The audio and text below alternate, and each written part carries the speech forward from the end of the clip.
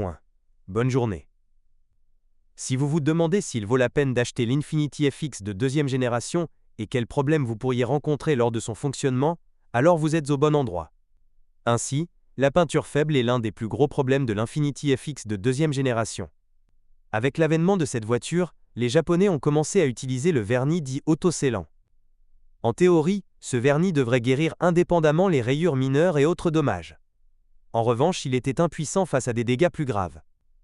De plus, dans les endroits où il y a de gros éclats, ils peuvent même se détacher en morceaux. C'est pourquoi la zone endommagée commence à paraître totalement banale avec le temps.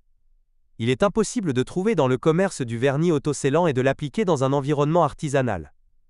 En conséquence, lorsqu'il y a trop de défauts sur la carrosserie, la plupart des propriétaires d'Infiniti FX repeignent simplement la voiture ou plusieurs éléments à la fois en utilisant du vernis automobile ordinaire.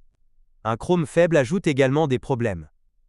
Littéralement après 3 à 4 ans de fonctionnement, les parties chromées du corps deviennent visiblement troubles et couvertes de taches sombres. Bien que l'Infiniti FX soit considérée comme une voiture haut de gamme, la qualité de construction de son intérieur ne peut pas être qualifiée d'idéale. Cela s'applique pleinement aux matériaux de finition utilisés. Les Japonais utilisaient du plastique souple, mais le diluaient généreusement avec des inserts en plastique bon marché semblables au bois. Il n'est pas étonnant qu'au moment où le véhicule atteint 50 000 à 60 000 km, l'intérieur d'un crossover japonais commence à grincer. Lorsque la voiture reste longtemps au soleil, la partie supérieure peut même commencer à bouillonner. Heureusement, quelques années après le début de la production, les Japonais ont amélioré la qualité de fabrication. Ainsi, à l'intérieur du nouveau Infiniti FX, il y aura moins de bruit parasite désagréable. Un autre problème typique d'un crossover japonais est la défaillance du système de réglage électrique de la colonne de direction. Si la voiture est utilisée par plusieurs conducteurs qui changent périodiquement la position du volant, la transmission électrique peut tomber en panne après un kilométrage de 80 000 à 90 000 km. Dans ce cas, seuls les engrenages du mécanisme sont meulés et le moteur lui-même reste pleinement opérationnel. Un autre problème intérieur est le siège conducteur desserré. Au cours des premières années de production de l'Infiniti FX, le problème s'est avéré si répandu que les sièges ont dû être remplacés sous garantie. L'Infiniti FX n'a pas de problème majeur avec l'équipement électrique. Les propriétaires doivent seulement se rappeler qu'avec un kilométrage élevé, le capteur de carburant peut commencer à mentir. La plupart des ateliers proposent de remplacer le capteur, mais en fait, ce dernier n'est pas responsable des lectures incorrectes. Le remplacement du capteur de niveau de carburant n'est pas le moins cher et ne donne aucun résultat. Le plus souvent, le microcircuit situé derrière l'unité de microclimat est à l'origine de lectures incorrectes. Après avoir ressoudé les pistes du tableau du compteur de carburant, le problème est généralement résolu. Structurellement, les moteurs à essence de 3,5 et 3,7 litres sont très similaires. Le dernier groupe motopropulseur a reçu une culasse modifiée, des canaux d'admission et d'échappement, et un nouveau système d'admission. Les deux moteurs ont également des problèmes communs.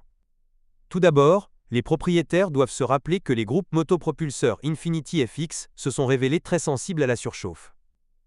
Après une courte période de fonctionnement dans des conditions de température défavorables, le couvre-culasse est endommagé. Après 60 000 à 70 000 km, le vase d'expansion du système de refroidissement peut éclater. Vous devrez vérifier régulièrement l'absence de fissures sur ce dernier. Non seulement le réservoir lui-même peut tomber en panne, mais aussi son couvercle, où se trouve la soupape de surpression. Des cas ont été enregistrés où il a été mordu, après quoi la pression dans le système a augmenté nettement au-dessus de la normale. De ce fait, des fuites peuvent également se former dans le radiateur. Les moteurs Infiniti FX ne se caractérisent pas par un appétit pour l'huile, mais malgré cela, certains propriétaires se plaignent d'une consommation d'huile notable. Il s'agit souvent d'une sélection incorrecte et banale de l'huile elle-même. Si, même après avoir remplacé l'huile par celle recommandée par le fabricant, le problème ne disparaît pas, le problème peut alors être que les catalyseurs se sont effondrés à cause d'un mauvais carburant. Leur abrasif pénètre dans le moteur, après quoi ils forment des éraflures sur les pistons et les parois des cylindres. Cela contribue à son tour à une consommation excessive de pétrole. Pour l'Infiniti FX, une transmission automatique Jatco à 7 vitesses non alternative était proposée. Ce boîtier a été installé sur de nombreux modèles Nissan et s'est révélé excellent. Bien sûr, il existe certaines nuances dont les propriétaires doivent être conscients. En essayant d'augmenter l'efficacité de la boîte, les ingénieurs ont ajouté un mode de glissement du couplage fluidique. Si vous conduisez de manière agressive et démarrez à partir d'un feu tricolore dans le style gaz au sol, les produits d'usure de l'embrayage obstrueront rapidement le système hydraulique. Considérant que personne ne conduit lentement une Infiniti FX, ce problème est, à un degré ou à un autre, typique de tous les exemplaires présentés sur le marché secondaire. Les choses ne s'améliorent sensiblement que pour les Infiniti FX, dont les propriétaires n'étaient pas paresseux pour changer l'huile de transmission tous les 50 000 à 60 000 km. Fait intéressant, les ingénieurs de la société japonaise eux-mêmes ont déclaré un jour qu'il ne serait pas nécessaire de changer l'huile d'une transmission automatique pendant toute la durée de vie de la transmission. La suspension avant de l'Infiniti FX est considérée comme fiable, mais n'oubliez pas que nous parlons d'une voiture grande et très dynamique. En conséquence, il est préférable de surveiller régulièrement l'état des élastiques de la suspension, avant structurellement peu simple. Au bout de 60 000 km, les roulements de roues sont épuisés. Ils changent en tandem avec le hub, mais vous ne devriez pas vous en préoccuper trop. Selon les normes des voitures haut de gamme, le roulement de roues de l'Infiniti FX est peu coûteux.